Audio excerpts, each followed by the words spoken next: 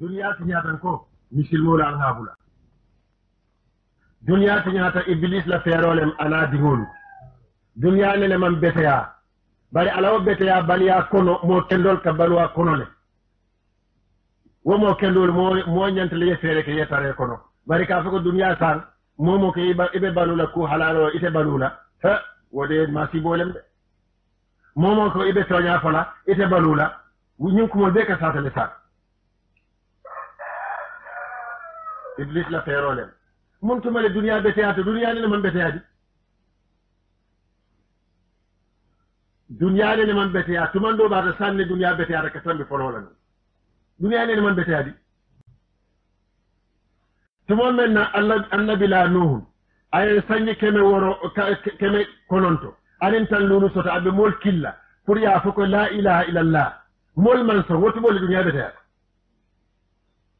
fola bo ga fay ko ya nuh قد جادلتنا فأكثرت جدالنا فأتنا بما تعيدنا إن كنت من الصادقين واي إلى الديامو سياتا إلى سمكو سياتا إيكا منفو أسمبالا إيكا ما سيبو منفو أسمبالا ينكن كتو نيانو أسمبالا دنيامو ميبي بان non son kanon sanne fi siyata di kata doyata ñaw ñen tol ba kanne dula do ko tengol dol ba kanne nka fuko duniya man duniya sa tiñata wo kam be ñanta tiñala le iblis la ferolem de duniya ne man betea bari annabi la nun kabir mol be balanta fa ay duwa ke duniya burkata wo ñawañan dol to ngandi tanu wal kisatale anin wolle dunta kuluwa kono wama amana ma'ahu illa qalil wama amana ma'ahu illa qalil mol men ya nomano iman siya bari be kanata oto misil moti fere ka ay tilin andun kafu ni women tilin ta wala ka kafu ba wulu mi yalon ka be tilin na tilin bari min tol be ko na tilin wo bula woto ate soto la buray montema le duniya be tayata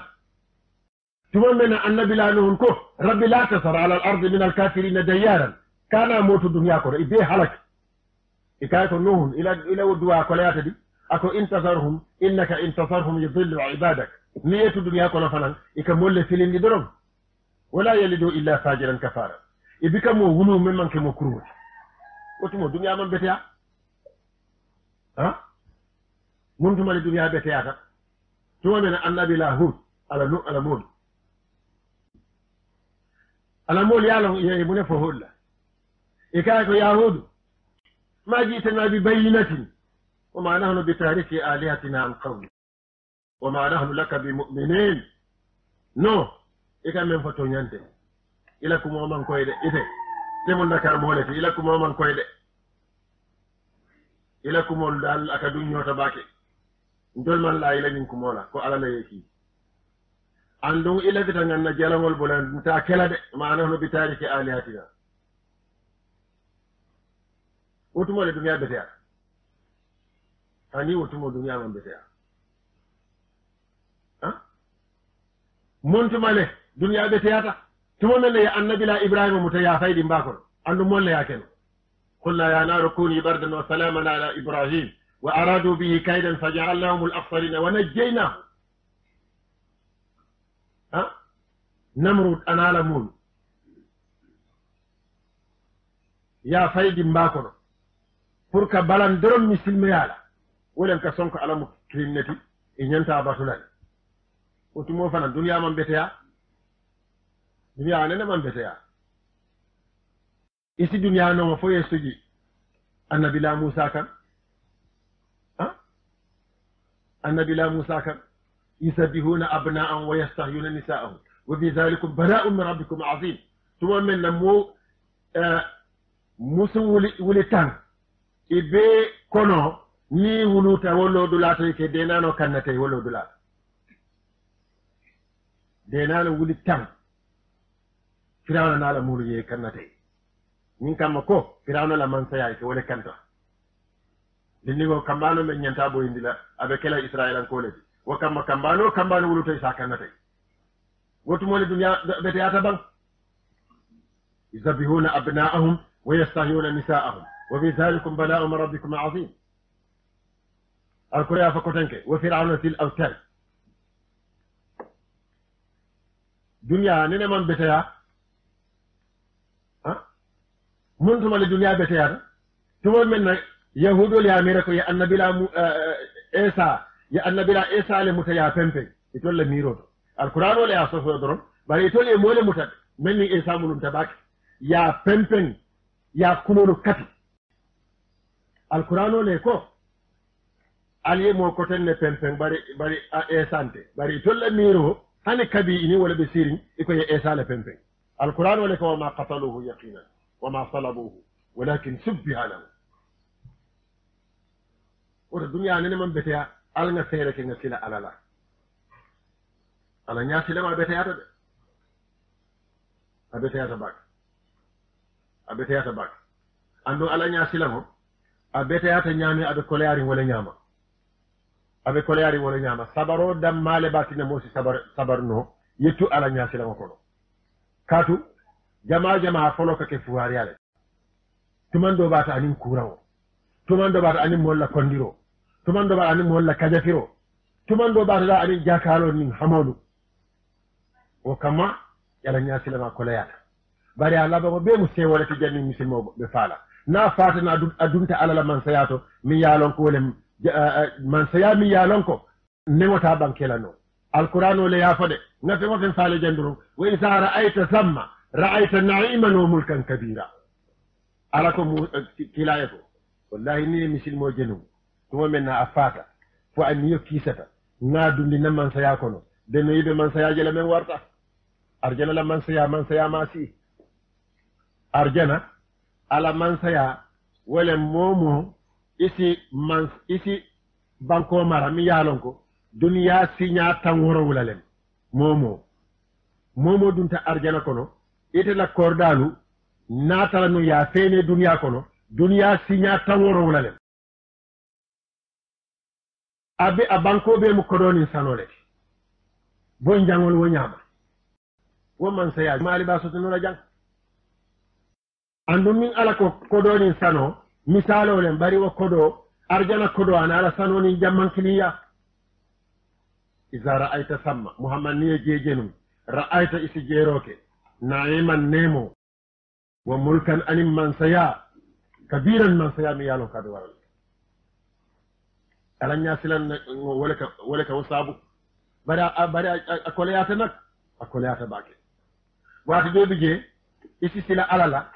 ألا يبولا أنا ألا جاو أي ينكن كتي أي تورا أسيلا ديو بوسي بلو إتن نفاسو تلي ديوتو أسيلا ini la muso temo tinya aya tay bulu tubando bato asila faraso tinya wo be man satalla felero do aba jibe la fo ibe pisalla walla ite pisalla ala nya silama koleata bake nimmo e nyin dunya hamo jibe dron ite sabati no la kan bari wo be ala jara dolam ala jara dolem fo limani ya bambanta faman bambang nasi da fa bambanta dron ibe kuso to la mente tala mem ala la woli kilin satale mi yalon ko ala ñasila na balem bari ala ye min kala mbina nga satali abe wulo kono la ate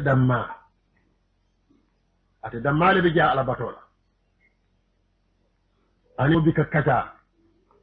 aka balo ni yil jambol la yil sulolo mi yalo ko mosa domono ka balo walla folum kinin musunyima ba bota sate do to kata sate do wani a futata yin alabatula bala dinkirata doron tilo goita sate jamfata aman hanyi ka futa jana aman hanyi ka murun kotenke andu yin alabatula adefanan kuman jara ayala alabato bula yin kam muso kay ko en lafita yen so ngan la jang ye iblis jara fero ala fitale yin alabatula e jeno kabirin itada fo dutala muso saitano ya mamandi kadu saitano ye nyim fondin ke kata nyawo nyang ama tankana ala ya tankandi do da malen nak ala ya tankandi ama sondo mamandi no wa kamala tata muso walin aya sondemo wisi wasa min sharril waswasil qannati allazi yuwaswisu fi suduri nasi min aljinnati wa nasi aya sondemo wisi wasa muso nata ñefe kendi o kan ka forcé kodiya kuya iben futula fonnin keye ala to fo wo ñaña muso ya muta doron aya fon wofu atata ala dimba ko miyanon ko aka mala pour ka tabiro ke je walla ke jaaje to aya bulu konningo dundi o dimba kono dimba ka jani abe wurlo santo ka faay ko dimba nene jani be jeno kala yedun janama dimba nene aya dimba ya jani fo abulo kuntuta jolonta kono kabiri muso yo je muso fana ala nya silego dum tala wolo dulata aw wurta afata wolo dulata iblis nata fajirobe kumala doron iblis yele mata fondin kela atata mansa ke walin saketo akayo Allah wa ala batula men ka foko ala batula len aye musu dole samba ala batula dulato aya jena jeto wakola aya fafur mol kana kala ha mansa ke fanan kontanta bake pour que ñu fondin ke muta na kato mbadi ngol quand même foko ki li muy jaay amut kii li muy jaay amut waaw to karanal bente nag bari ndongo dol be jeyi ke to karonke yeje ala ñaasi la ñawñay ka foko li ngay jaay amut waaw wallahi isilata ala ñawñan doron ya mira ko ite ika molle ñaabiti doron bari kam men fo wonte mote tala dola wo ñaama nte ko wokan jakal ika mira ko mote tinin nola wota kering amari aka molle ñaabiti doron li ngay jaay amut man sa ke fa ko min ala batula le muy jaay amut abe men to wonte ako kama kontante pour kana ka muta ay sojero ki ta ya muta inata ya siti ya bulor siti ya londi inata sero ngoma ni ko ka fa ko sero ye sero le sambanan kana ka londi a fenko to pour ka sera ya faratema akungutu be ala nala man saya nala sembo anani terma ba aba jubera do anno atele ma terti de wala tin ala nya sila ma kole atele kabiri ye sero lo ndije nak faye dibo kalamuta aku ala kay ko kana kuma nkalten nan man sayato ni kuma ta doron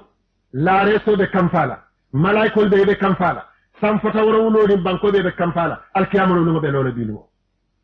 kol be tinya kana kamfa musabar ni kamfata doron nan man sakunda be kamfala sabari wo kammala nim ajin alabatula man la tinyaro la tafanan asabarta ya sera fo duma kata ala nya sila ma ko laata wodo min tol man futa wattay tunoto fo ndol ala kan jarabi min sifal la dro wala ye senoke ate bete yala wala ye ko soto ya sunya wala ye dingo soto aya fa wo sifal doron nem bari wo yalo wo tay tulon tol man wo soto insisti fere ke nga sabar wo jarabol la na limani ya kana busi atelem sanote men ni e fere ke fa kana tela ite kilate funtila no ko tan ke jana ko sanole men nsi fere ka kana na kana te ite funtino la ko tan ke wo bun jawoto kilate funtinila استغفر لهم أو لا تستغفر لهم إن تستغفر لهم 70 مرة فلن يغفر الله لهم ala kaye ko ako kilaye ko ila darajo warta nyawñan kafiro i data ala kuwoto miyaje mol ka fako astaghfirullah sinya tan woro wala kullole bije ala la kaye ko hanna tara nun ye kafaro nyini e sinya tan woro wala ta kila o kamara limani ya sa kanta min jarabe ndingol kana tinna fisali ndol be lampuri ne bake kato na londo man siya min kilala jamano jamfata na jamano fanan yin ala natake ala ye sidol makoy londola ye duniya yirwandi fosal mbele nga duniya kanu min kama pilenol men ko ti ni dunta kono isamir ko ibe arjana le kono ibe timin na pileno kono musi nyimal be tambilela nyimbe ta latin tol bele nga duniya kanu sak bari wo nyawa nyang nkana nyina ka nyina de wo ma si bole nin limani ya tata doron abanta nin limani ya tata doron abanta yanyin fondin ke fa wala nyama muso fanan fata bari kabirin fondin ke fata doron ala nata muso la niyo dunda ko ko tanka agulta alota abalut akoy ko billahi nin ndere nga toñe bari amante toñe nin aman jeno kede andu na seedo wala ma abulote ala bulo jibe aya jani nyame wokki jafaro wala yente fanu ala toñe le ay way fo doron aboyta fata ko tan fata wala nyam inata nimi sax aya tara yaku jawo ke fay pare wa kamala limaniya asoto ko la tabak andu wolda mantide hani sahibol ila kita pisala no sahibol mi yalo kinin kila kata siri kuol koleyata fo ila kita pisala alqur'anu ila yo pisala alqur'anu ya sata ako balaqatil qulubul hanajira wa tazunnuna billahi zununa ako mol silata le misil mol silata fo labango aka bonko i sondo mol nata foy kan korol to jar wa balaqatil qulubul hanajira a istuwaro fano tabaki iko wala to la harbul ahzab arabu dunkel be ila lasilol be le kambentanu e be bandero siti kana madina walin pour ka tutu muhammad ay mol batandi wokelo wala sahibol kijo fara non fo labango ala yela pisalo sata ako balaqatil qulubul hanajira wa tazunnuna ikajiki billahi man satalla la karola zununa jiki sifamu medela dol ka mira ko muhammad ya mira muslima ya toñale mbang wol duta fo labango dal muslimo dal ifisalte dal ntol dal malum da ñu ku sifa ala fanan ntol le ma terti a jube mi batari nyamin do isi tiltanje misil mo bika kino do mo fa aka jiwele mi mol mam funti ye sate be le cour mo mam funti dula soto madina ko wata zununa billahi zununa bari ya nyawanya nga faale ko manto alla ba doron ala nyasila nare ka ala bandero la ko wuli ala alqur'anu ya fa sata wo sura kiliyo kono ako warada allahu alladhina kafaru bighaythihim lam yanalu ghayran wa kafa allahu almu'minina alqitala wa kana allahu qawiyyan azizan wa anzala alladhina zaharuhum min ahli alkitabi min sayasihim wa qasafa fi qulubihim ru'ba fariqan taqtuluna wa ta'siruna fariqa wa awrasakum ardahum wa diyarahum wa amwalahum wa ardan lam tata'uha wa kana allahu ala kulli shay'in qadira alay wolefo kelo man nake kul duta nyawnyam kelo man nake kafirol borta ila bankolu ala natata ayadi misilmol anila nafululu be ala yake wala nyama ala yake wala nyama bare nyin fondin kemen fa ala la wali ba na tasibo ayaje akaye ko ye ala tara nyaadile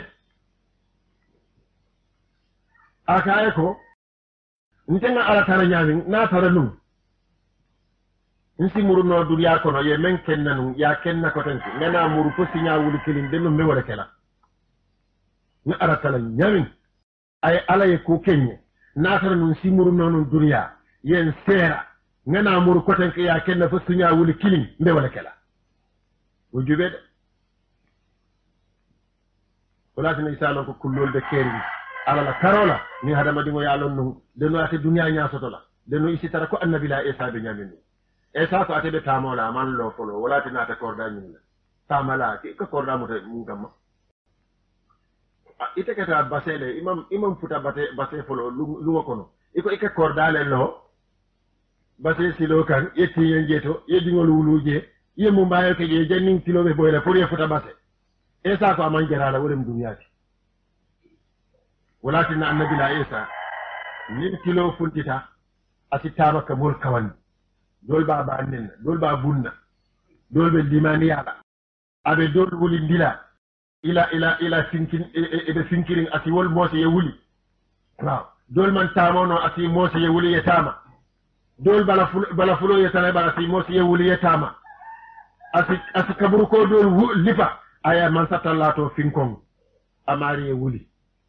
ayta ala hajola nimbe e sayate til bulole ake nyinke suto dun tadro allota ka nyaati min baytul maqdis la ka saloke fa fano yeke walakin ala ko ayyadnahu bi ruhil qudus wa ayyadnahu bi ruhil qudus sembole men ala ya diyala anyaade dawoda be loyin jibril kan walakin ay wot sembo soto malaika taytulo le bala assalamu alaikum wa rahmatullahi ta'ala wa barakatuh